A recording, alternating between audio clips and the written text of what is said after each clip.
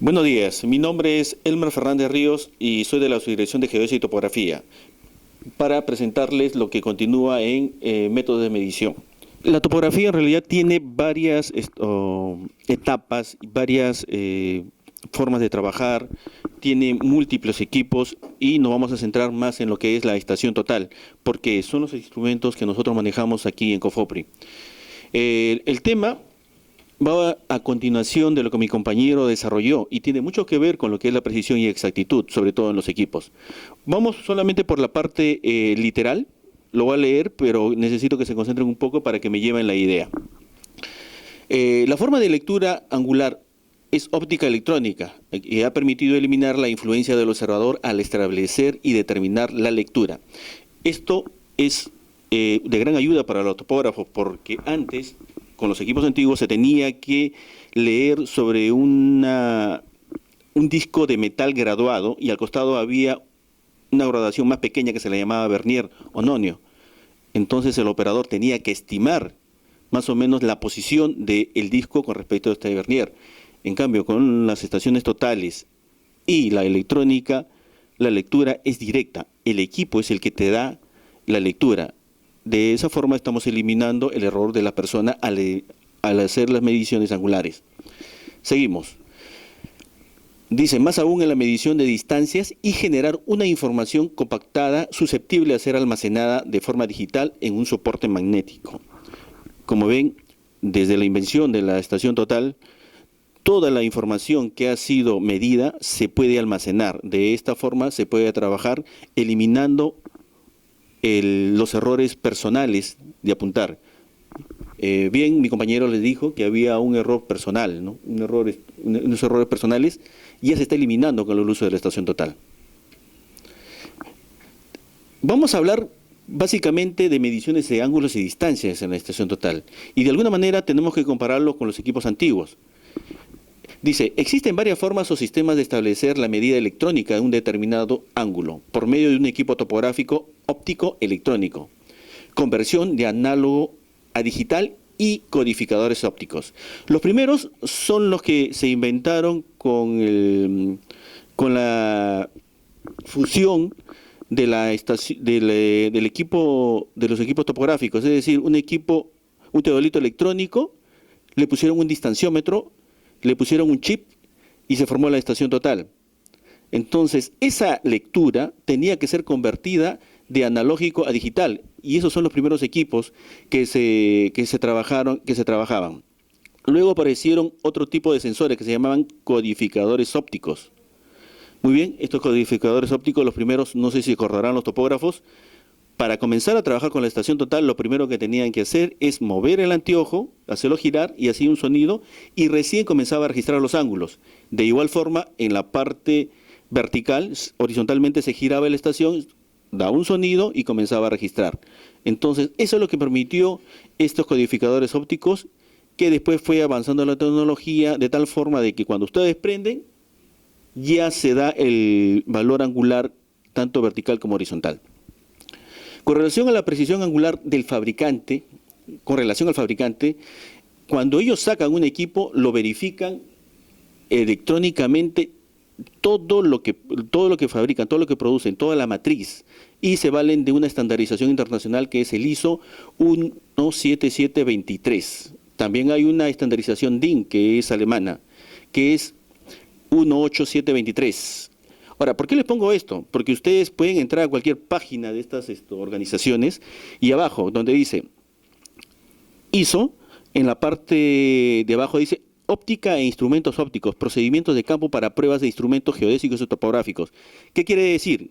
Que cualquier fabricante tiene que cumplir con toda esa estandarización para que sea catalogado como una estandarización internacional, y de igual forma con la estandarización DIN, que certifica a estas empresas en la fabricación de estaciones totales, teodolitos y niveles electrónicos.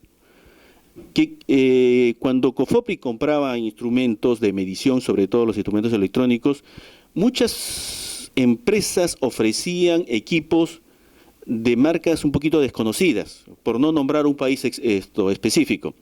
Teníamos muchos problemas porque dentro de sus catálogos, de sus brochures, decían que tenían mayor precisión angular, tenían mayor precisión de distancias, más almacenamiento y muchas más bondades.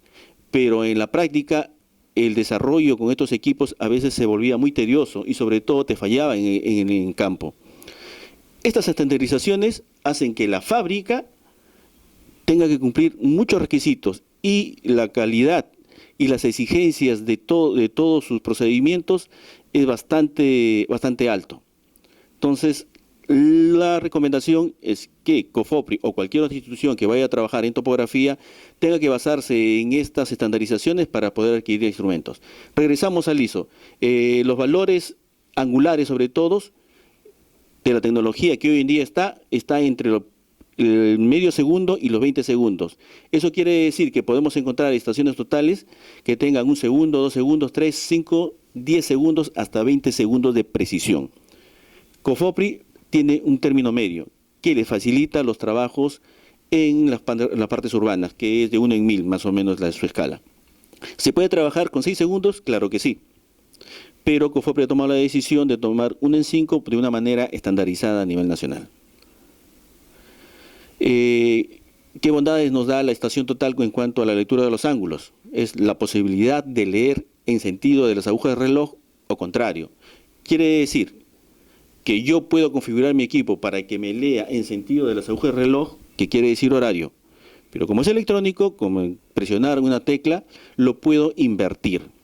¿Es útil? Sí. En algunos casos sí es útil. Muy difícil esto, digamos, su aplicación en realidad no es muy frecuente, pero sí es útil. Almacenamiento de la posición 0, horizontal y vertical, tras desconectar el instrumento. Quiere decir que si mi equipo se apaga o yo lo apago, no muevo el equipo para nada. Al encenderlo va a tener la misma dirección, está en la misma orientación. Esa es una ventaja que nos da la electrónica. El compensador de doble eje quiere decir que si yo al estacionar mi equipo tengo alguna deficiencia, algún error personal que está dentro de los segundos, el equipo me lo puede advertir. O sea, me va a decir, mire, tienes este error. Eso es lo que me está admitiendo. Tienes en el vertical y en el muñones. Otro es la introducción de un valor angular por el teclado. Útil para los topógrafos que de alguna manera tienen una escuela un poco antigua. Cuando uno trabaja en topografía, lo primero que hace es estacionar el equipo. Lo segundo es orientarlo. Y ahí es donde viene el detalle de los topógrafos, que a veces agarran un punto que no está orientado al norte, de tal manera que cuando la información pasa a gabinete, el trabajo sale a un costado o de repente de cabeza, y no es muy bueno trabajar así, porque al momento de georreferenciarlo va a dar un giro de 180 grados. Entonces, este valor angular me permite visualizar un punto fijo en el campo y en ponerle un valor que me convenga para que mi trabajo esté totalmente vertical. Lo otro, los equipos modernos corrigen automáticamente los errores de verticalidad hasta un cierto rango. Es cierto, los equipos más modernos, ya antes de los equipos robotizados, que son las estaciones totales, yo lo puedo estacionar y automáticamente, si hay una pequeña diferencia en la verticalidad, ellos me lo van a corregir. Medición de distancias. La otra parte de la estación total es la medida de distancias. Cuando se tenía un teodolito o con un teodolito electrónico, el problema era medir las distancias, porque se medía con una regla llamada mira. Cuando apareció ya la tecnología electrónica, ya lo podíamos medir con fases de onda, o sea, con un distanciómetro. Dice, casi todos los distanciómetros funcionan por el método de comparación de fase. Consiste en la salida de una onda portadora desde un foco emisor que al reflejarse en un prisma regresa al origen. La portadora es una onda modulada que recorre el doble de la distancia que se pretende evaluar. Las metodologías de medición de distancia de alta precisión han ido cambiando en los últimos años. Los distanciómetros y los equipos topográficos se han ido perfeccionando en alcance, velocidad y precisión. Es cierto, las primeras estaciones totales que salieron y los primeros distanciómetros no pasaban de los 400, 500 metros. Hoy en día puedes encontrar estaciones totales que te lean 4 kilómetros y ese es el estándar en el mercado. Igualmente la velocidad, importante para trabajar en la parte urbana. Cuando más veloz es el distanciómetro de la lectura, me va a permitir registrarlo más rápido. De tal manera que cualquier vehículo, cualquier persona o cualquier obstáculo que esté en medio y esté pasando, me cause el menor molestia posible en las lecturas. Y la precisión. Definitivamente la precisión en utilizar un distanciómetro o una estación total aumentó considerablemente. Si yo compro una estación, voy a tomar la decisión en base al dato que me da en sus características técnicas. Por decir, una estación total que me dice 2 milímetros más 3 partes por millón. ¿Qué me está diciendo? Que mi precisión del equipo es de 2 milímetros al leer 1 kilómetro. Quiere decir que si yo hago una lectura, tengo que tener en cuenta que puede ser que sea 2 milímetros más o 2 milímetros menos. Y si estoy midiendo 2 kilómetros, tengo que aumentarle 3 milímetros más de probabilidad. Quiere decir que puede ser que sea 5 milímetros más o 5 milímetros menos. A eso es lo que se refiere la precisión. Para nuestros efectos, una precisión de 5 segundos es más que suficiente para cumplir los trabajos que nosotros trabajamos, que es a una escala, vuelvo a repetir, de 1 en 1000.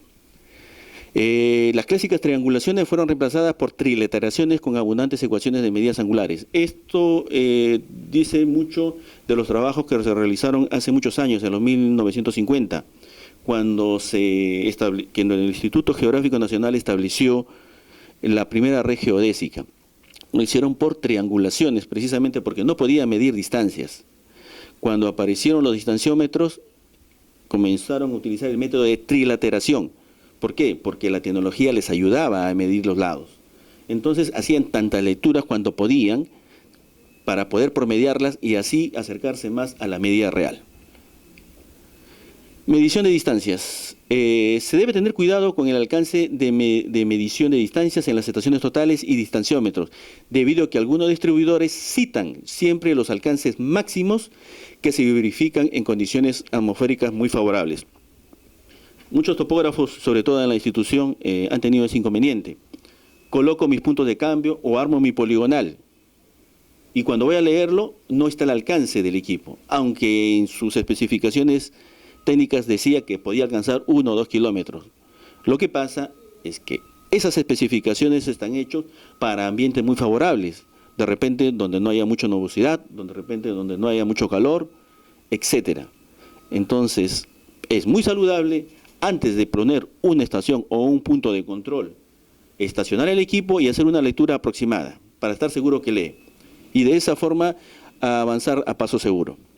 Hay 2 puntos ahí. Dice, es importante que a los equipos de medición se les ingresen los valores correctos de temperatura y presión atmosférica. Esto ayuda a corregir la medida que hace. Acuérdense que la medida es electrónica y al desplazarse por el medio ambiente está afectado por la temperatura y presión. Cuando nosotros trabajamos todo un día, tenemos una temperatura en la mañana, una temperatura dentro de 2 o 3 horas, una temperatura al mediodía, otra temperatura a las 4 o 5 de la tarde, y si siguen, la temperatura va a volver a bajar.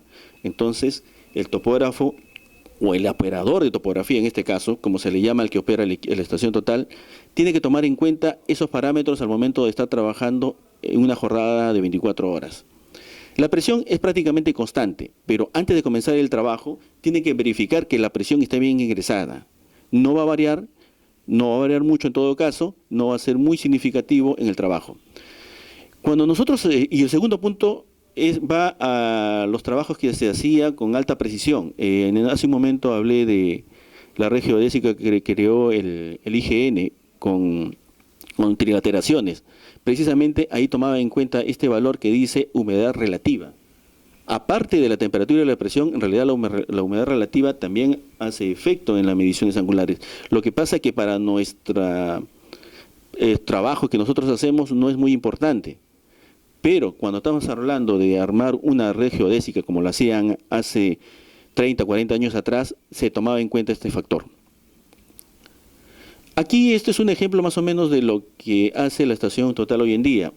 Cuando nosotros comenzamos a trabajar o cuando comenzamos a estudiar, teníamos teodolitos, y más o menos viene en la misma forma, la misma tradición. Tal es así que la estación total cuenta casi de las mismas partes, casi de los mismos movimientos. ¿Qué es lo que ha cambiado a lo óptico mecánico? Simplemente es la electrónica, es la tecnología que se ha cambiado. Entonces, lo que trata de aquí de mostrar estas diapositivas es cómo es que ha reemplazado todos esos movimientos que hacíamos tradicionalmente con equipos más modernos. Por ejemplo, el 0 set dice métodos de medición de ángulos con estación total, midiendo ángulos horizontales entre dos puntos. Hay un primer punto y un segundo punto. Utilizamos el 0 set, que es el que nos va a permitir poner en cero el ángulo donde está apuntando el anteojo del equipo. Procedimiento, dice colime el primer punto o objetivo. Vamos a tomar, colime es una palabra muy técnica, muy de los topógrafos. Podemos tomarlo como visualizar o apuntar. Entonces, visualicemos el primer punto o objetivo. Dice, en la página 1 de la pantalla OBS, presione 0 set. Como les dije, la opción para ponerlo en cero. Y se presiona 2 veces, precisamente para confirmar. Y ese primer punto a la cual está apuntando el anteojo de la estación total se va a poner en ángulo cero. Como dice abajo, se establecerá el cero en el primer punto colimado. Tercero punto, dice, visualiza el segundo punto. El ángulo medido es el ángulo que nos va a dar la estación total. Es el ángulo que estamos midiendo.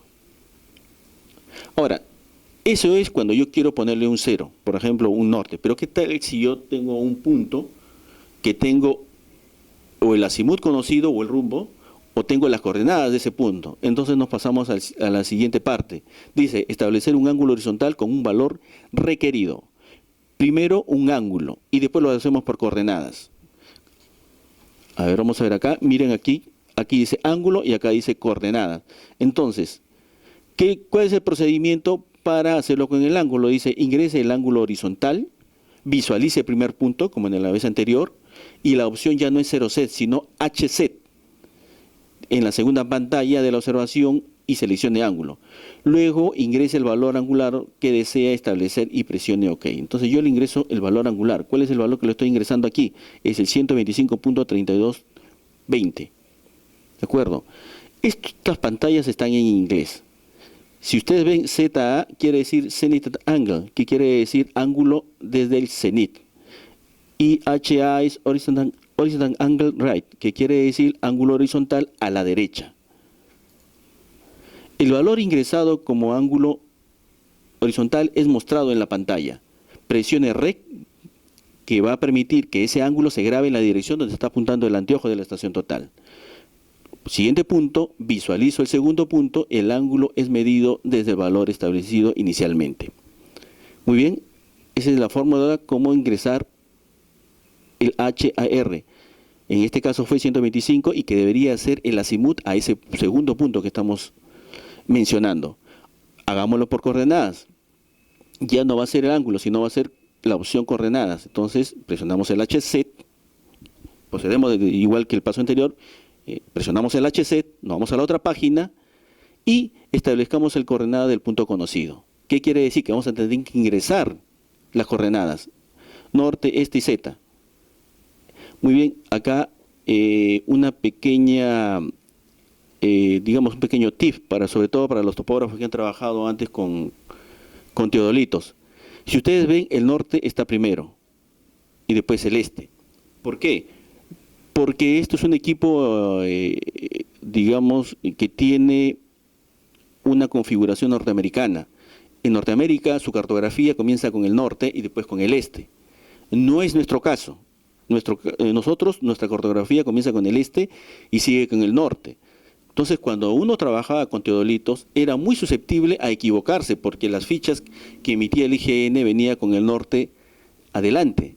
Y los trabajos que hacían los topógrafos, porque así era, digamos, la forma de trabajar, era más europea, más francesa, más española, nuestra forma de trabajar era con el este adelante. Y paraban confundiéndose. Recomendación, inviértalo. Siempre el este, luego el norte y después la altitud. Seguimos entonces. Ya ingresamos las coordenadas, simplemente nos queda visualizar el segundo punto y leer el ángulo horizontal. Y y el azimut será calculado automáticamente por el equipo. Verificación de retorno de la señal. Esta es una opción que ha permitido ver si es factible la distancia en que donde se va a leer el punto. Es simplemente entrar a la estación total, buscar la opción SLEP y cuando apuntes y leas te va a mostrar qué tanta es la calidad de la señal que está retornando. También le puedes añadir un bip, un sonido, de tal manera que cuando suene más te va a decir que está registrando con mucho mejor calidad la señal de retorno. Muy bien, hasta ahí es ángulos y distancias independientes, pero en realidad se leen los dos juntos y esta diapositiva es lo que trata de decir. Se leen los dos juntos de tal manera que el procedimiento sería visualizar el objetivo.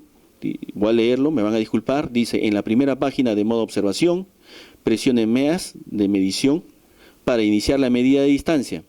Cuando se inicia la medición, la información del EDM es representado por una luz parpadeante, como lo ven acá. Un sonido de timbre corto y la data de la distancia medida SD. Ya, ¿qué quiere decir? Va a producir un sonido, inmediatamente nos va a dar el SD, que es la distancia inclinada, el ángulo vertical y el ángulo horizontal a la derecha. Y como ustedes ven, esa es la forma de medir, en uno solo. Ahora, en la práctica, y lo vamos a desarrollar cuando sea presencial el desarrollo, no se hace una medición, se hacen varias mediciones, precisamente para poder eliminar el error personal. Cuando más mediciones hagamos, nos vamos a sacar mejor al error. Otra cosa que les quería decir, en topografía no existe el valor exacto o el valor real. Todos los valores son aproximados. Lo que pasa es que se aproxima tanto, pero tanto, que el error es despreciable.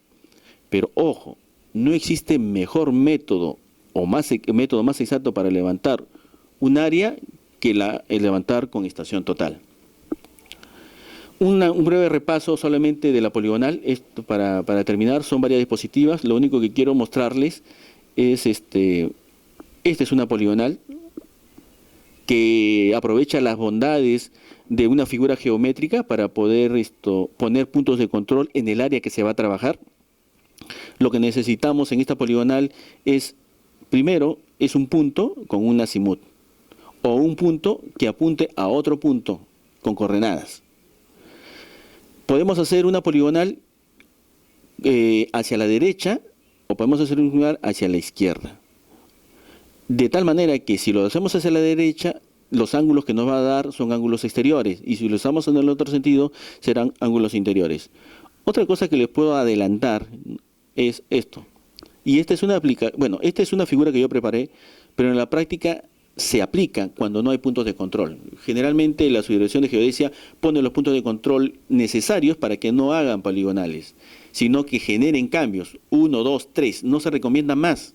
Lo pueden hacer y nadie se va a enterar, pero no se recomienda porque en cada cambio se va introduciendo errores personales, y el ojo del operador y la habilidad que tiene para estacionar es un punto muy importante para poder conservar la precisión. Como ustedes ven, esta es una poligonal que encierra y desde los puntos se debería levantar. Y sí, acá se ve mejor la poligonal, y acá es lo que quiero decir, que una poligonal que encierra un área urbana a levantar también puede tener una poligonal interna, más pequeña, de tal manera que antes de levantar pueda compensarse todos los puntos donde se va a estacionar el equipo. Existen poligonales cerradas, poligonales abiertas y poligonales sin control. Las poligonales cerradas es como en el primer ejemplo, sale del primer punto, llega al mismo punto. La poligonal abierta sale de un punto, llega a un punto con coordenadas conocidas o con un punto conocido con un azimut conocido. Y la poligonal sin control es una poligonal abierta donde no tiene un punto de llegada, de tal manera que no podemos compensarla, no podemos corregirla. Vamos a seguir aquí. Estos son los datos que se toman en campo de una poligonal. Me van a disculpar porque en la práctica son más de 2 mediciones a veces, aunque con las estaciones totales son bastante exactos, y para la parte que hacemos aquí en COFOPRI no necesitamos tanta precisión. Generalmente los GPS ya reemplazaron este tema de la poligonal, pero sí, en el desarrollo de los trabajos que ha hecho la subdirección se ha tenido que aplicar, porque o han destruido el punto de control, o simplemente las personas que monumentaron no midieron bien el espacio que iban a trabajar. Y a veces, incluso dentro del proceso cero, tienen un área definida para trabajar y han aumentado al costado. Una manera de ya no utilizar los GPS es hacer una poligonal de esta forma que le permita poner los puntos de control en el área que se va a trabajar. No es recomendable traer puntos de control de 500, 1 kilómetro. Ese es un error que hace muchos años ya se dejó de hacer. ¿Por qué? Porque producen errores de 20, 30, 40, 70 y hemos visto en algunas zonales de 1 metro. Y eso es, bueno, eso es esto. No quiero poner adjetivos, pero está mal. Como ustedes ven abajo, estas son las medidas. Se toman mediciones en diferentes ángulos, luego va a salir una promediada, igual en los ángulos y en las mediciones. Seguimos adelantando las proyecciones.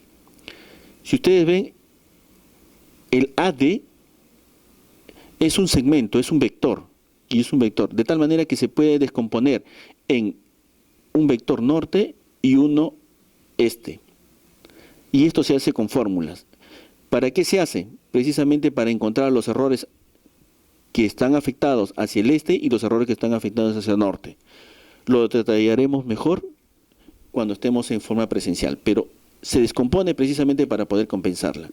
Esta es una poligonal abierta y estos son sus datos, no tiene compensación. Estos son los azimudes de cómo se puede calcular los azimudes. No hay mucho detalle en realidad, se tiene que sumar el ángulo anterior, el ángulo corregido, y vamos a ver si se suma o se resta los 180 grados, de tal manera de que no pase las vueltas completas. También se puede calcular los rumbos, aunque con el azimut es suficiente, algunas personas prefieren trabajar con los rumbos. También están las fórmulas para poder calcularlo. Los cálculos de proyección, como lo hemos visto en la figura anterior, de esta forma se calculan con el seno y el coseno. Los cálculos coordenadas, que no es más que sumar las correcciones del punto anterior para poder ir desencadenando a cada punto las diferencias, los deltas. Muy bien, sumatoria de ángulos externos, sumatoria de ángulos internos. Si nosotros tenemos una poligonal, podemos calcular cuánto suma sus ángulos internos. Y la fórmula es 180 por el número de lados más 2. Si fuera un triángulo, serían sería 3 menos 2, 1. 1 por 180 da 180, si fueran de 3 lados. Verificación de la tolerancia angular. Una poligonal se hace mediciones angulares. Se traza esta prueba. Número de lados, precisión del instrumento la. Si es que no está dentro de la precisión, se desecha y se vuelve a medir los ángulos. Igual para la tolerancia lineal. Esta es la fórmula, L es el perímetro, y este es para un terreno plano, accidentado o muy accidentado, las constantes que van a definir si están bien medidos las distancias. Seguimos con las proyecciones para los cálculos, lo voy a pasar rápidamente porque esto es materia ya de una explicación bastante engorrosa, y como ustedes van a ver, son todo lo que se va a desarrollar ya en la forma presencial. Con esta terminamos. Al final, lo que se va a obtener es una poligonal donde cada vértice se le ha calculado sus coordenadas. Y al calcular sus coordenadas, vamos a comparar la precisión por la distancia recorrida. Entonces, este 609.034 es el perímetro, y este es con el error que cerró. De tal manera que si hacemos una división, vamos a obtener que tenemos 39.141.81, que vendría a ser una precisión. Ojo, no es escala, pero lo podemos representar así. 1 en 40.000, que quiere decir que por un milímetro, hay un milímetro de error en 40.000 milímetros, o 4 kilómetros, o 40 kilómetros, perdón. Entonces, un milímetro de error en 40 kilómetros, que es muy buena la precisión con que se ha cerrado esta poligonal.